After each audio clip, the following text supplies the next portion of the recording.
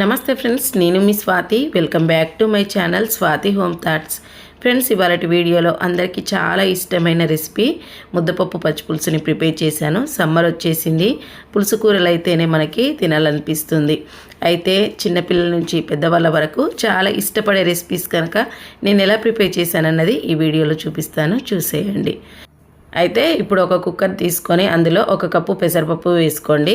పెసరపప్పు అయినా పర్లేదు, కందిపప్పు అయినా పర్లేదు, కాకపోతే పెసరపప్పుతో టేస్ట్ బాగుంటుంది.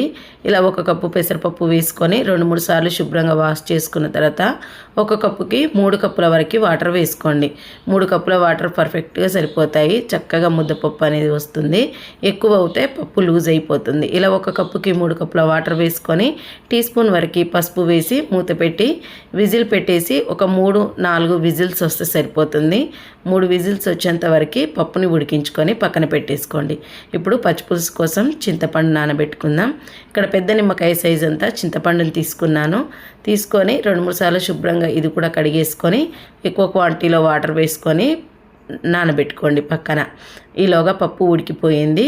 ఇలా చక్కగా మనకి 1 కప్పుకి 3 కప్పుల వాటర్ వేసామంటే పప్పు బాగుంటుంది. ఇలా ఒకసారి మొత్తం కలిపేసుకొని తాలింపు పెట్టేసుకుంటే సరిపోతుంది. మీరు పప్పు వేయించి అయినా ఉడికించుకోవచ్చు, ఇలా డైరెక్ట్ అయినా ఉడికించుకోవచ్చు. పప్పు ఉడికించుకుంటే ఏంటంటే పచ్చివాసన పోయి పప్పు కొద్దిగా జిగురు లేకుండా ఉంటుంది. ఇప్పుడు తాలింపు కోసం చిన్న రోల్ తీసుకొని అందులో 1 టీ స్పూన్ వరకు జీలకర్ర, 6-7 వెల్లిపాయలు తీసుకొని ఇలా దంచేసుకోండి. బరకగా దంచుకొని పొయ్యి మీద ప్యాన్ పెట్టుకొని వేడయ్యాక 2-3 టేబుల్ స్పూన్ల వరకు ఆయిల్ వేయండి. ఆయిల్ బాగా వేడయ్యాక దంచి పెట్టుకున్న జీలకర్ర వెల్లిపాయలది పేస్ట్ వేసుకొని ఫ్రై చేసుకున్న తర్వాత పచ్చిమిర్చి కొద్దిగా కరివేపాకు వేసుకొని ఫ్రై చేసి తాలింపు వేసేసుకుంటే టేస్టీగా ముద్దపప్పు రెడీ అయిపోతుంది. చాలా సింపుల్గా టేస్టీగా పిల్లలు కూడా ఇష్టంగా తినేలా ముద్దపప్పు అనేది ఇలా రెడీ చేయండి.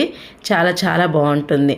సాల్ట్ ఎక్కువ పట్టదండి, 1 టీ స్పూన్ వరకు సాల్ట్ పడుతుంది. పెసరపప్పులో సాల్ట్ ఎక్కువ పట్టదు, చూసుకొని సాల్ట్ వేసుకోవచ్చు. టీ స్పూన్ వరకు వేయండి. ఇప్పుడు పచ్చిపులుసుని ప్రిపేర్ చేసుకుందాం. ఇలా నానబెడితే పచ్చిపులుసు అనేది చక్కగా వస్తుంది. ఇలా మొత్తం గుజ్జును తీసేసుకొని పులుపుకు తగ్గట్టు వాటర్ వేసుకోండి.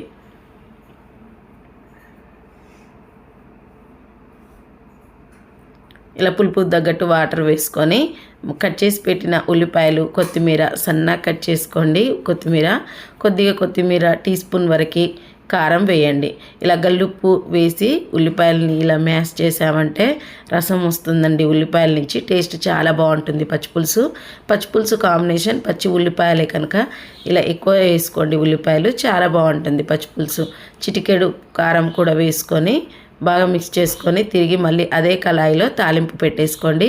2 టేబుల్ స్పూన్ల వరకు ఆయిల్ వేసి కొద్దిగా ఆవాలు, జీలకర్ర వేసి తాలింపు పెట్టేసుకోవడమే. సింపుల్గా టేస్టీగా చాలా బాగుంటుంది పచ్చిపులుసు.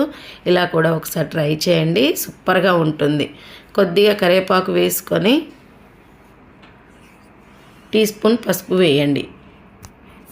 వేసి స్టవ్ ఆఫ్ చేసి తాలింపు వేసేసుకుంటే ఎంతో టేస్టీగా తెలంగాణ స్టైల్లో పచ్చిపులుసు రెడీ అయిపోయినట్లే. చాలా బాగుంటుందండి. ముద్దపప్పు పచ్చిపులుసు కాంబినేషన్ సూపర్గా ఉంటుంది. ఒకసారి ట్రై చేయండి.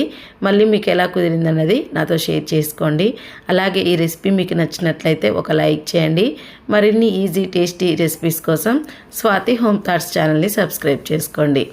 టేస్ట్ కోసం కొద్దిగా షుగర్ కానీ బెల్లం ముక్క కానీ వేశారంటే ఒగరు లేకుండా ఉంటుంది. పులుసు చాలా టేస్టీ ఉంటుంది. ఎప్పుడు ఇలా వేయకపోతే వేసి ట్రై చేయండి.